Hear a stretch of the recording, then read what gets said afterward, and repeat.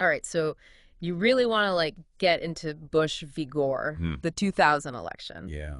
Okay, so get ready because we are going deep. Buckle up. It is going to be a wild ride. Yeah, this is one for the history books for sure. We've got this really cool podcast episode all about it. Yeah. And we are gonna break it down. Absolutely. Talking yeah. about everything, butterfly ballots hanging chads. All of it. Recount Supreme Court. The whole 9 yards. The whole thing. Yeah, and what I think is so interesting about this election is it wasn't just Bush and Gore. You know, right. Third-party candidates really had an impact. Oh, yeah, for sure. And then all these issues with the ballots and the voting machines malfunctioning, it just threw everything into chaos. Total chaos, right. So, right off the bat, election night, November 7th, 2000. Oh, yeah. Looking like Gore was going to win. I mean, they even called Florida for Gore. They did. But then just 2 hours later, they retracted it. Can you imagine? Oh, imagine. Talk about a roller coaster. Just wild. Yeah. So Florida, immediately, everyone's focused on Florida. It was the center of attention. Because it's this crucial swing state. 25 electoral votes. Huge. Right up for grabs. And to make it even crazier, Jeb Bush. Oh, don't even get me started. George W. Bush's brother was the governor. Of Florida at the time. Yeah. Oh, and it gets better. Oh, it gets so much better. Okay, so the official in charge of certifying the vote count was Katherine Harris, who also happened to be, wait for it, the co-chair of Bush's campaign in Florida. Okay. Talk about a conflict of interest. Right. It's unbelievable. Right, okay, but before we even get to all the legal stuff, yeah, we have to talk about these ballots. Oh, yeah. That butterfly ballot in Palm Beach County. The infamous butterfly ballot. It was just so problematic. It was a mess. So many voters accidentally voted for Buchanan. Yeah. That third-party candidate. Instead of Gore. When they meant to vote for Gore. Yeah, they wanted to vote for Gore. It was just crazy. Yeah. Just total confusion.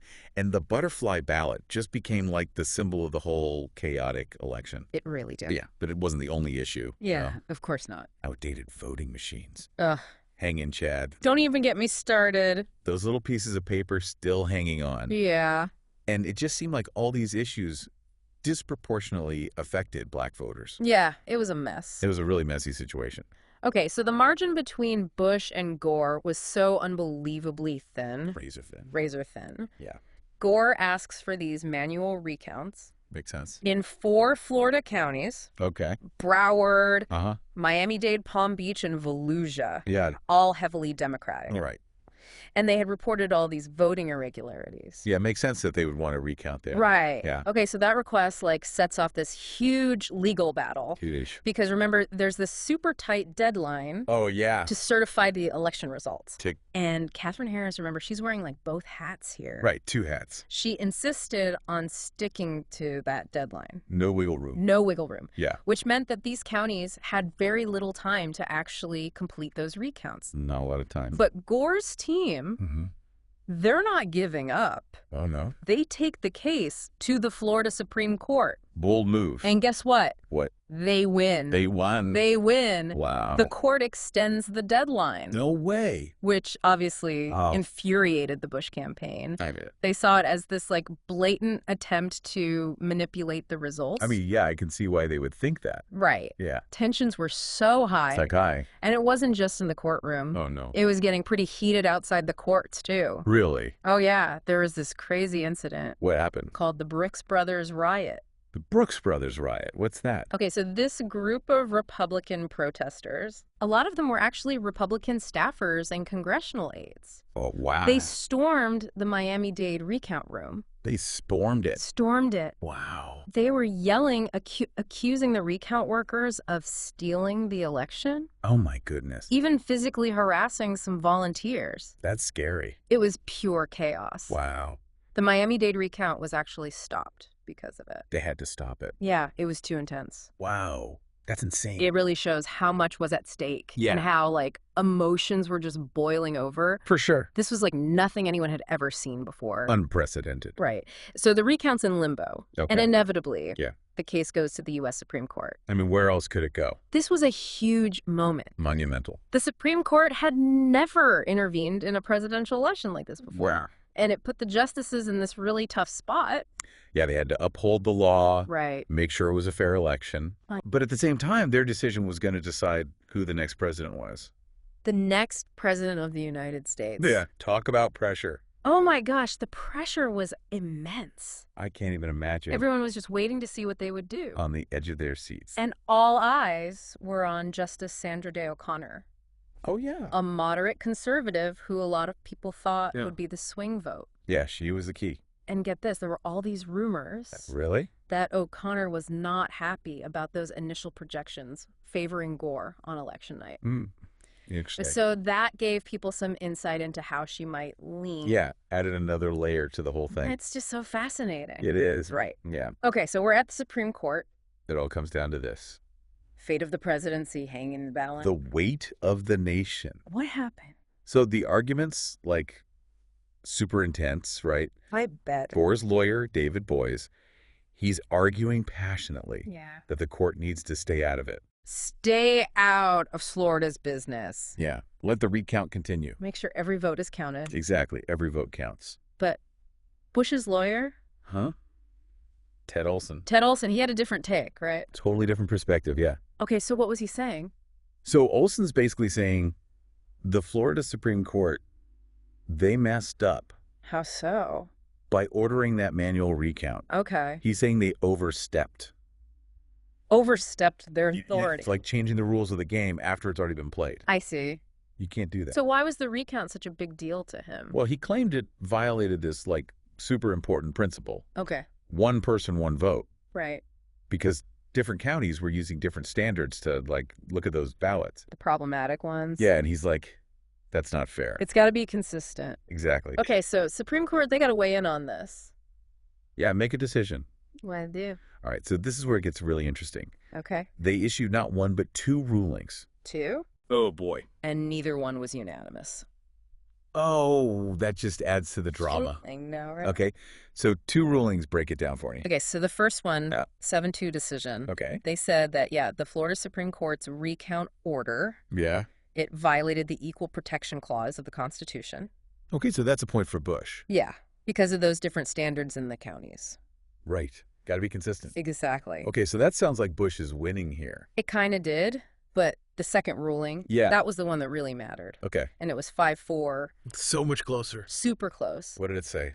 They basically said there's not enough time. Not enough time. To do a recount that's like constitutional.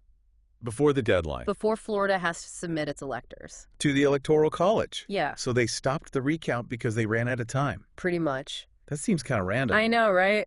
Super controversial. Yeah. So O'Connor and Kennedy, they wrote the majority opinion. They were like, yeah, this is specific to this case. Okay. Don't use this as a precedent in the future. But that didn't make the other justices feel any better. Oh, no, they were not happy. Innocenting justices. Stephen Souter, Ginsburg, Breyer? Yeah. They were furious. I bet. They were like, a recount is totally possible. And you're basically saying the deadline is more important than voting. Than the right to vote. Exactly, like a technicality over a basic right. Wow. And Justice Stevens, he did not hold back. Yeah. What'd he say? He basically said the majority were acting like partisan hacks. Whoa. He's like, yeah, we may never know who really won, but the real loser here is the public's trust in the court. Ouch. Yeah, it was harsh. So what happened after the court's decision? Well, recount stopped. Okay. Bush declared the winner of Florida. By how much? 537 votes. That's it? 537 votes. Wow. And he becomes the 43rd president. But the controversy didn't end there, right? Oh, no, this is just the beginning. Yeah, it makes you really think you know about how fragile democracy can be. For sure. If I was a voter and felt like my vote didn't even matter, like didn't count, I'd be so disillusioned. I get it. And that's what the sources are pointing to. Like, this whole thing really fueled this distrust. In the system. Yeah, especially among minority communities. Right. Who were, like, hit the hardest by all those voting issues. Right. It wasn't just the voting itself either. It was the Supreme Court, like, stepping in.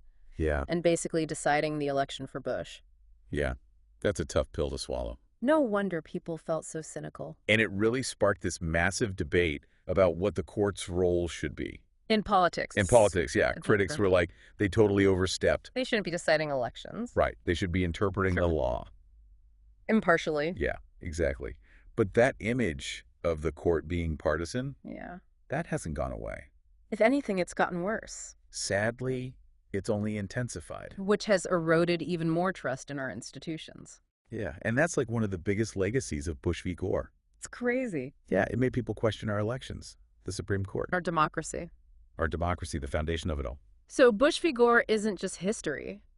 No, it's like a warning. It's a reminder that even when a country has this long democratic tradition, things can still go wrong. Absolutely. And how easy it is to manipulate elections. It's scary to think about. Yeah, it really is. It really emphasizes how crucial it is to have fair systems. Transparent. Transparency is key. Mm-hmm. And never take voting for granted. Every vote counts. Every single one. Well, this has been quite a deep dive. I know, we went from butterfly ballots to hanging chads to the Supreme Court. And back again. What a ride. Bush v. Gore was a moment for sure. A pivotal one in American history. And we're still feeling the effects. Absolutely. It reminds us to be vigilant, engaged. Informed. Yeah. Informed about our democracy.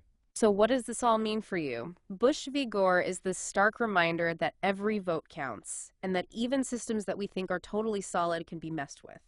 It's a story that still matters today. It reminds us to pay attention, stay engaged, and learn about how our democracy works. And that's something we're thinking about.